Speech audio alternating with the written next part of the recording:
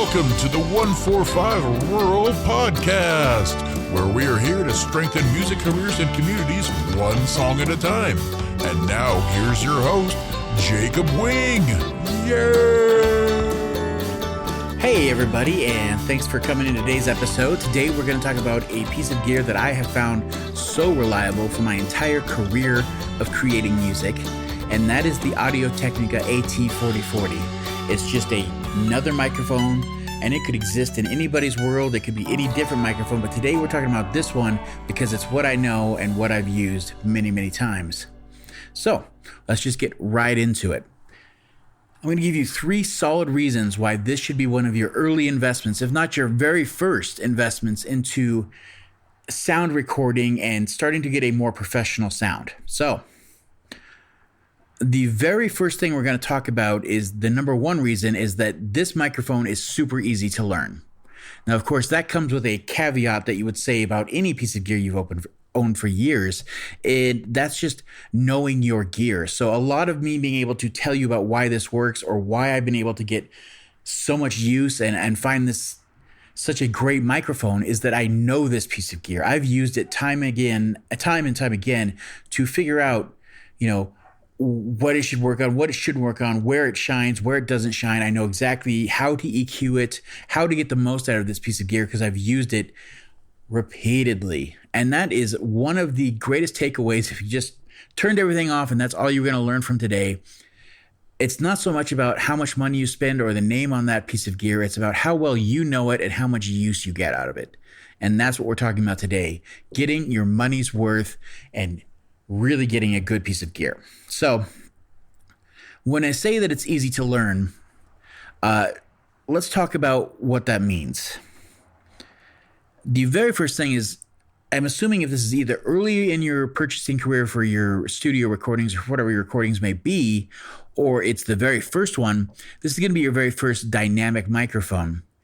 And the great thing about this is this microphone here is a cardioid microphone, and which means it records things in front of the microphone in a heart shape. So kind of an elongated heart shape in front of the microphone. So if this here right in front of my face, if you're watching on YouTube, was the microphone, the back would be no recording and just the front picking up in this pattern here from out and in front of it. Now, why is that such a big deal for somebody who's just starting out? You can use this as a weapon. And what I mean by that is that when you're using a microphone that's like this, a cardioid microphone, it's really easy to point it in the direction of something you want to hear, but also to mindfully think of the things that you don't want to record. So when you're just starting out and just the beginning, you might not have a specially treated room or a silent place to work at. But if you can find a good spot to record where you can face the back of that microphone towards whatever your biggest noise source might be, it may be other people in the house, it might be outside noise from neighbors, or maybe you live next to a highway. I get that one a lot. It can really make a big difference if you just point the back of the microphone towards whatever that noise source is, and then record away from that. Just that one step when you're starting out your recording is going to make such a difference, because eliminating background noise and really getting down to that perfectly shaped recording and just getting the sound you want and capturing that is the beginning of a professional sounding recording or a not so amateur sounding recording. Hi there, and welcome to the ad break. We're just going to take a moment to let everybody know about our community of growing members, and if you'd like to be a part of that, just look at the info below and there will be a click there for an email sign up to join in and get your voice heard. As well, if you're enjoying this content, please join our Patreon at patreon.com/145rural. There you can join any of our groups, and you can add to the discussion of what topics we will choose that will help you and hopefully future members of our groups, as well as join monthly Q&As and other such benefits. Again, that's patreon.com/145rural, and we look forward to seeing you there. Now, back to that regularly scheduled episode, and enjoy that content. Thanks again.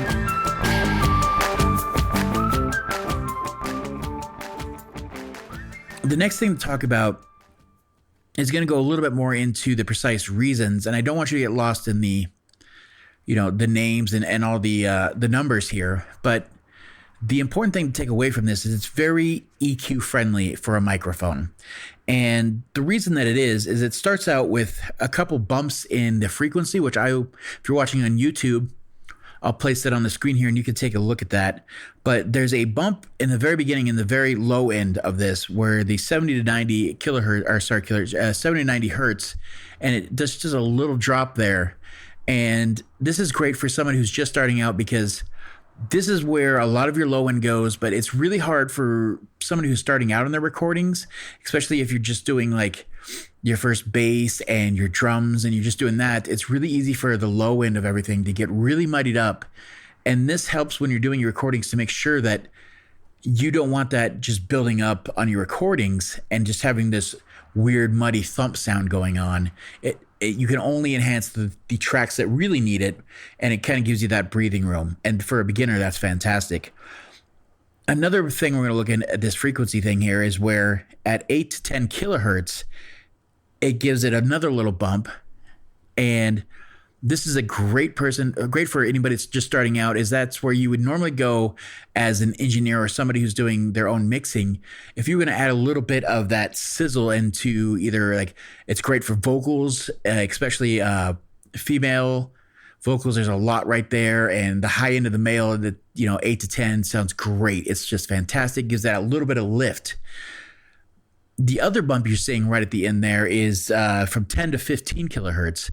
And that's where we would go to add a little bit of sparkle to something. All these are just those words that don't really mean anything, but it's what we would do to give something a lot of presence, to bring it forward to the high end of a recording, especially with instruments. I love to hear that in between that 10 to 15 kilohertz, just to give it a little bit of placing it where you want in a mix. And this just does it naturally out of the box, and that's fantastic. These are all things that you will learn as you go along, but as a beginner, when it already starts sounding like something you want to hear, it's really encouraging as you're just getting your start.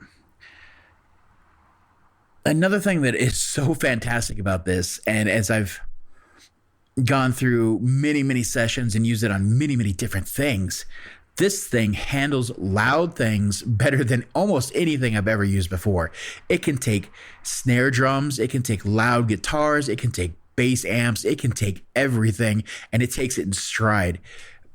Not a lot of mics can do that. A lot of mics will just start to top out, or you get a little bit of distortion. And this mic, it doesn't matter what you throw at it, it takes loud well. In the audio world, we say it has a high SPL tolerance, which doesn't really mean much to you, but you just need to know it can take loud things well. So that means you don't really have to think too much about if you're going to push too hard to use this mic. Another great thing about it is its versatility. And again, if you are watching this on YouTube right now, I'll throw up a bunch of pictures here, but the important thing is that I have found so many different ways over years just to utilize this mic. I really love it, especially as you're seeing some of these pictures pop up. And if you're just listening to the podcast, I really love using this thing on acoustic guitars to pick up the low end. So I will always put on like the body of the guitar. I'll do multiple mics, usually something near the 12th to 14th of the neck of the acoustic guitar, just to get that high end going and pick up the fingerboard. But when I'm trying to pick up that body of an acoustic, this is one of the best mics I've ever found to just pick up that low end, but also give you a great presence with the body. And it's so fantastic. Other things I've used it on are, we've done bass cabs. We used to have an isolation cabinet where we would just throw the bass cab in there with this microphone, and it didn't matter how loud we got in that thing, it picked it up. We got the perfect bass line out of it.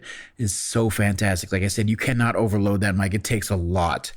I've used it on vocals, especially early in my recordings. It just works great on certain male voices, and there's a couple of different registries of female voices, but since it was just me when I first started out, it worked great for my voice. And, you can't beat that. And something that can do so many different things really starts to pay for itself. And there's a reason I've never let go of this mic. It's just too good to pass up, and it's too useful. I always find a way to use it in a recording session. When I first started investing good money into this, there's a microphone that I really, really always wanted. I just thought everybody used to talk about it. It was everybody's go-to mic in some of the big name studios, the big budget studios. And that mic is called an AKG C414. And I mean, I've seen this mic used in so many different sessions. And it's just a beautiful looking microphone. It sounds fantastic from everything I'd ever heard it do. And this, after using it for so many years, I've just started calling my poor man's AKG C414. And the reason that makes a difference is because when you go to purchase a mic like this, the AT4040 is, $299 brand new, and you can find it in a used market for $200 easily with shipping. That is darn near unbeatable. But then if you're talking about that high-end one, the AKG C414, a new one of those start around $1,400, best case scenario. So there's a huge price difference, but you're really close with this one microphone. And that's why it's such a great recommendation for a workhorse microphone for your recordings and for your studio and all those sort of things. So the last thing I just want to touch about on this microphone in particular, and why I think it's a great investment for one of your first microphones, is this thing is durable. It will take a beating. I never recommend throwing your microphone around or not taking care of your gear, but I have put it through its paces. It has been bumped.